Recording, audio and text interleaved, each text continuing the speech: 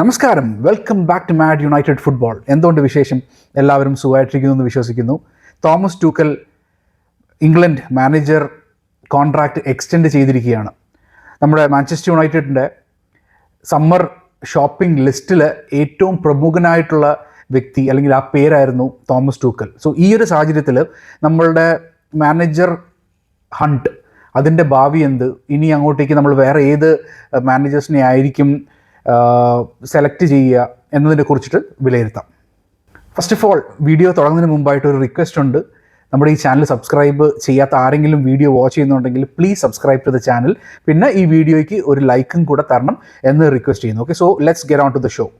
Initially Thomas ടൂക്കലിൻ്റെ contract പറഞ്ഞിരുന്നു പറഞ്ഞാൽ 2026 വേൾഡ് കപ്പോടുകൂടി അത് അവസാനിക്കും എന്നുള്ളതാണ്. പിന്നീട് ഈ ഒരു കോൺട്രാക്ട് എക്സ്റ്റൻഷൻ വന്നിരിക്കുന്നത് 2028 യൂറോ കപ്പ് വരെയാണ് എക്സ്റ്റൻഷൻ ഉള്ളത്. അപ്പോൾ ഈ ഒരു സാഹചര്യത്തിൽ മാഞ്ചസ്റ്റർ യുണൈറ്റഡിൻ്റെ ഹോപ്സ് കംപ്ലീറ്റ്ലി വാഷ്ഡ് ഔട്ട് ആയി പോയിരിക്കുകയാണ് ടൂക്കലിനെ കൊണ്ടുവരാൻ എന്നതാണ് ഇതിൻ്റെ അകത്തുള്ള മെയിൻ കാര്യം.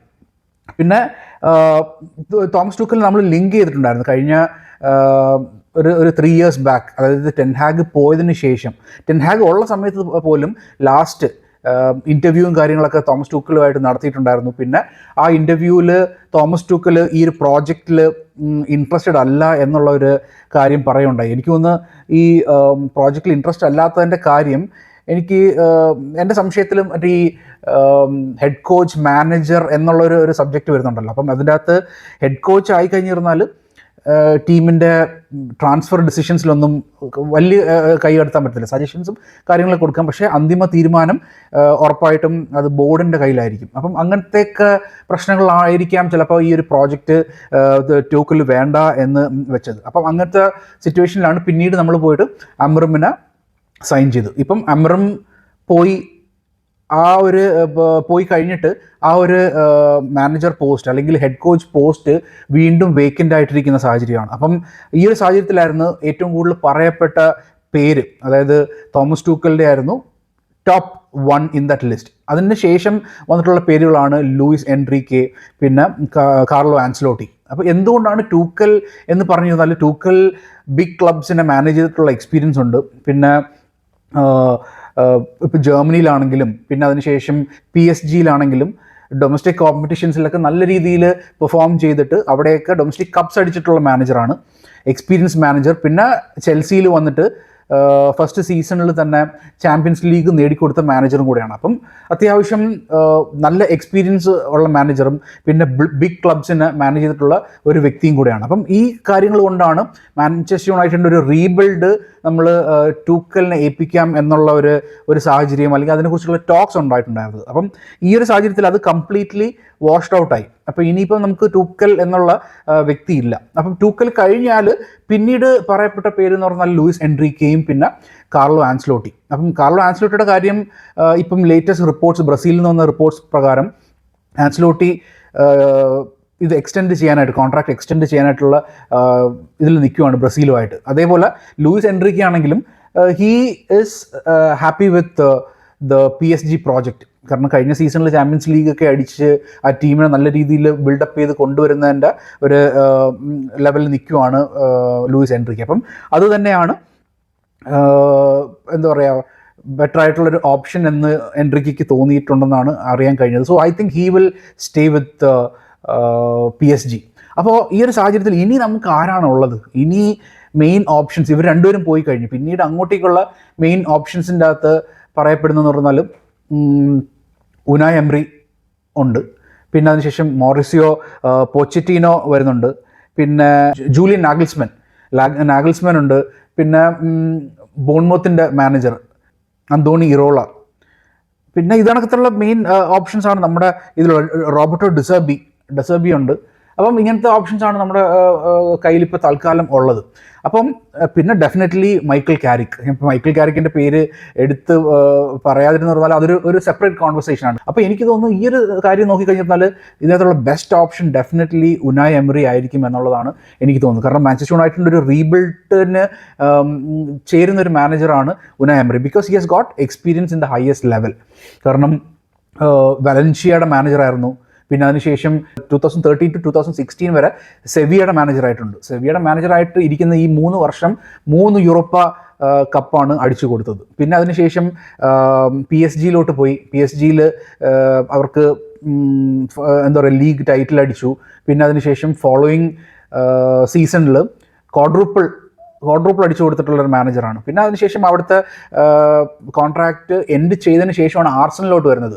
അതും ആർസണലിൻ്റെ വിഖ്യാതനായിട്ടുള്ള കോച്ച് ആർസൻ വെങ്കറിൻ്റെ സക്സസറായിട്ടാണ് വരുന്നത്. പിന്നെ ഫസ്റ്റ് സീസണിൽ തന്നെ യൂറോപ്പ് ഫൈനലിലെത്തി.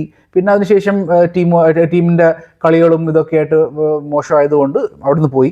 പിന്നെ അതിനുശേഷം തിരിച്ച് എത്തിയെന്ന് പറഞ്ഞാൽ വിയാറിയലിൽ എത്തിയിട്ട് അവിടെയും പോയിട്ട് യൂറോപ്പ കപ്പ് അടിച്ചു. പിന്നെ വിയാറിയൽ ടീമിനെ സെക്കൻഡ് സീസണിൽ എമറി വന്നതിന് ശേഷം സെക്കൻഡ് സീസണിൽ ചാമ്പ്യൻസ് ലീഗിൻ്റെ സെമി ഫൈനലിൽ എത്തിച്ചു. അതിനുശേഷം 2022 ആസ്റ്റൺ വില്ലയിലേക്ക് വരുന്നതും പിന്നെ ആസ്റ്റൺ വില്ലേനെ എന്താ പറയുക UEFA കോൺഫറൻസ് ലീഗിൻ്റെ സെമിയിലും പിന്നെ അതിനുശേഷം അവരെ കഴിഞ്ഞ സീസണിലൊക്കെ ടോപ്പ് 4 ഫിനിഷ് ചെയ്യിപ്പിച്ചിട്ടുള്ള ഒരു മാനേജറാണ്. അപ്പം അത്യാവശ്യം നല്ല എക്സ്പീരിയൻസ്, ടോപ്പ് ടീംസിൻ്റെ എക്സ്പീരിയൻസ്, ഹയസ്റ്റ് ലെവലിലുള്ള എക്സ്പീരിയൻസും കാര്യങ്ങളൊക്കെ ആയിട്ട് നിൽക്കുന്ന ഒരു മാനേജർ തന്നെയാണ് ഉനായ് എമറി. സോ എനിക്ക് തോന്നുന്നു വെച്ചാൽ ഇത് ഉനായ് എമറി കൊടുത്തു കഴിഞ്ഞാൽ like he would be a much better choice. ഇപ്പം ജൂലിയൻ നാഗൽസ്മാനെയൊക്കെ നോക്കിക്കഴിഞ്ഞാൽ യങ് ആണ്, അത്രയധികം എക്സ്പീരിയൻസ് ഒന്നുമില്ല. ഡെഫിനറ്റ്ലി ബയേണിൻ്റെ കോച്ചൊക്കെ ആയിട്ടുള്ള ടോപ്പ് എക്സ്പീരിയൻസ് ഉണ്ടെങ്കിൽ പോലും അത് ഓൾറെഡി ഒരു സെറ്റ് ടീമാണ്, മനസ്സിലായില്ല. അപ്പം അങ്ങനെ ഒരു ടീമിൽ പോയി നിന്ന് അവരെ കോച്ച് ചെയ്യാന്ന് പറഞ്ഞുള്ള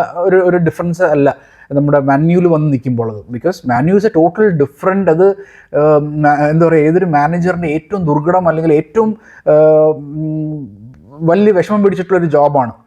ഈ വേൾഡിൽ തന്നെ ഏറ്റവും വിഷമം പിടിച്ചിട്ടുള്ള ജോബാണ് മാഞ്ചസ്റ്റർ യുണൈറ്റഡിൻ്റെ മാനേജർ ജോബ് എന്ന് പറയുന്നത്. അപ്പം അതിൻ്റെ അകത്തൊക്കെ ജൂലിയൻ നാഗൽസ്മാനൊക്കെ വരാനായിട്ടുള്ള ഒരു സാഹചര്യം എനിക്ക് തോന്നുന്നില്ല. പിന്നെ റോബർട്ടോ ഡിസേർബിയൊക്കെ ആണെങ്കിലും എന്തോ എനിക്ക് അത്രയും ഒരു ഇപ്പം ഡെഫിനറ്റ്ലി ബ്രൈറ്റനെയൊക്കെ നല്ല രീതിയിൽ കളിപ്പിച്ചു, മാസേലിനൊക്കെ വേണ്ടിയിട്ട് അത്യാവശ്യം കോച്ചിങ് ഒക്കെ ചെയ്തിട്ടുണ്ടെങ്കിൽ പോലും ലൈക്ക് ഒരു മാന്യൂ മാനേജറിൻ്റെ ഒരു ലെവലിലേക്ക് ചിന്തിക്കാനായിട്ട് എനിക്ക് പറ്റുന്നില്ല. ആൻഡ് പിന്നെ മൈക്കിൾ കാരിക്കിൻ്റെ ഒരു കാര്യം എന്ന് പറഞ്ഞാൽ എനിക്ക് തോന്നുന്നത്, so if Michael Carrick reaches the second spot, അതായത് ആർസണലിൽ ജയിക്കുമെന്നുള്ളൊരു ചിന്തയിലാണ് പോയിക്കൊണ്ടിരിക്കുന്നത്. അപ്പം അതിനുശേഷം സിറ്റീനെ മറികടന്ന് സെക്കൻഡിലെത്താൻ പറ്റുവാണെങ്കിൽ, സിറ്റി അത്യാവശ്യം എന്താ പറയുക ഒരു അപ്പ് ആൻഡ് ഡൗണുള്ള രീതിയിലാണ് നിൽക്കുന്നത്. ഏത് സമയം നല്ല രീതിയിലുള്ള പെർഫോമൻസ് കാഴ്ചവെക്കാം, ചില സമയത്ത് എന്ന് പറഞ്ഞാൽ വളരെ മോശമായിട്ടുള്ള രീതിയിൽ. അപ്പം അങ്ങനത്തെ ഒരു ലെവലിലാണ് നിൽക്കുന്നത്. അപ്പം നമുക്ക് സ്ട്രിങ് ഓഫ് വിൻസ് അടുപ്പിച്ച് കുറച്ച് വിജയങ്ങൾ നേടിയിട്ട് സിറ്റീനെ മറികടക്കാനായിട്ട് പറ്റുവാണെങ്കിൽ, സെക്കൻഡ് പൊസിഷനിലേക്ക് എത്താൻ പറ്റുവാണെങ്കിൽ, ഐ വുഡ് സേ അങ്ങനത്തെ ഒരു സാഹചര്യത്തിൽ definitely Michael Carrick deserves a chance. അപ്പോൾ മൈക്കിൾ കാരിക്കിൻ്റെ കാര്യത്തിൽ ഇപ്പോൾ ഒരു കോൺട്രാക്ട് എന്ന് പറഞ്ഞാൽ I would not give a long contract. എൻ്റെ ഒരു അഭിപ്രായത്തിൽ we should be giving Michael Carrick 2 year maximum contract, ഒരു 2 year കോൺട്രാക്ട് കൊടുക്കുന്നതായിരിക്കും ഉചിതമെന്നാണ് എനിക്ക് തോന്നുന്നത്. കാരണം ഇപ്പം ഒരു ടെൻഷൻ ഇല്ലാതെയാണ് ടീമിനെ ഇത് ചെയ്യുന്നത്. കാരണം he does not have a responsibility. ഇത് ഒത്തിരി അങ്ങ് കൊണ്ടുപോകേണ്ട റെസ്പോൺസിബിലിറ്റി ഇല്ല. കെയർ ടേക്കർ കോച്ചാണ്. അപ്പം അത് കാരണം ഒരു 6 months അല്ലെങ്കിൽ ഇത്ര ഒരു കാലഘട്ടത്തേക്ക് മാത്രമേ ഉള്ളൂ. അപ്പം അതിൻ്റെ അപ്പുറത്തേക്കുള്ള ടെൻഷൻസും കാര്യങ്ങളൊക്കെ വരുന്നില്ല. അപ്പോൾ ഫസ്റ്റ് ഓഫ് ഓൾ ഒരു ടീമിനെ മൊത്തത്തിൽ കിട്ടി ഹെഡ് കോച്ച് അല്ലെങ്കിൽ ആ ഒരു മാനേജർ പൊസിഷനിലേക്ക് എത്തിയിട്ട് നമ്മളൊരു ടീമായിട്ട് മുമ്പോട്ട് പോകുമ്പോൾ ഉള്ള റെസ്പോൺസിബിലിറ്റീസും ടെൻഷൻസും സ്ട്രെസ്സും ഒക്കെ ടോട്ടലി ഡിഫറെൻ്റ്. അപ്പോൾ അത് ഹാൻഡിൽ ചെയ്യാൻ വേണ്ടിയിട്ട് മൈക്കിൾ കാരിക്കിന് പറ്റുമോ എന്നുള്ളതാണ് ഒരു ചോദ്യം. അങ്ങനത്തെ ഒരു ചോദ്യം വരാം. സോ എൻ്റെ ഒരു അഭിപ്രായത്തിൽ ഈ ഒരു സാഹചര്യത്തിൽ സെക്കൻഡ് സിറ്റീനെ തോപ്പിച്ചിട്ട് സെക്കൻഡിലേക്ക് എത്താനായിട്ടുള്ളൊരു ഇതുണ്ടെങ്കിൽ definitely we can give Michael Carrick 2 year contract and സി എങ്ങനെയുണ്ടത് ഒരു പെർഫോമൻസ്. കാരണം ആ ഒരു സാഹചര്യത്തിൽ എത്തുന്നത് എന്തുകൊണ്ടാണ്, ടീമിനെ നല്ല രീതിയിൽ പെർഫോം ചെയ്യിപ്പിച്ചിട്ട് പ്ലെയേഴ്സിനെയൊക്കെ ചെയ്യിപ്പിച്ചിട്ട് കൊണ്ടുവരുന്ന ഒരു സാഹചര്യത്തിലാണ്. പിന്നെ സമ്മർ ആകുമ്പോൾ നമുക്ക് പിന്നെ എന്തായാലും അപ്പോൾ അങ്ങനെ ആകുമ്പോൾ ചാമ്പ്യൻസ് ലീഗ് വരുന്നു. അപ്പോൾ we will get champions league money. അപ്പോൾ കൂടുതൽ സമ്മർ ടാർഗറ്റ്സിനെയൊക്കെ നമുക്ക് ബെറ്റർ പ്ലെയേഴ്സിനെ കൊണ്ടുവന്ന് ആ ഒരു ടീമിനെ ഇമ്പ്രൂവ് ആക്കാനായിട്ടുള്ളൊരു സാഹചര്യം അവിടെ ഉണ്ട്. അപ്പം സോ അങ്ങനത്തെ ഒരു സാഹചര്യത്തിൽ definitely we can improve.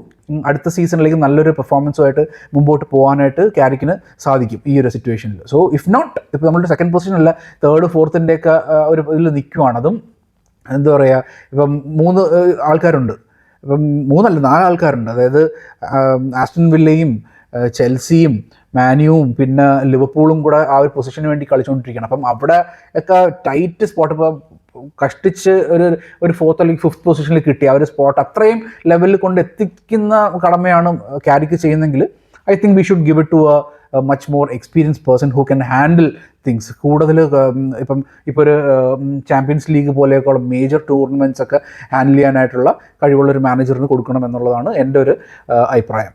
So എന്താണ് നിങ്ങളുടെ അഭിപ്രായം? What do you think? ഈ ടൂക്കിലില്ലാത്തൊരു സാഹചര്യത്തിൽ ഇനി അങ്ങോട്ടേക്ക് മാഞ്ചസ്റ്റർ യുണൈറ്റഡ് ആരെയായിരിക്കും ചൂസ് ചെയ്യാനായിട്ട് നോക്കുന്നത്?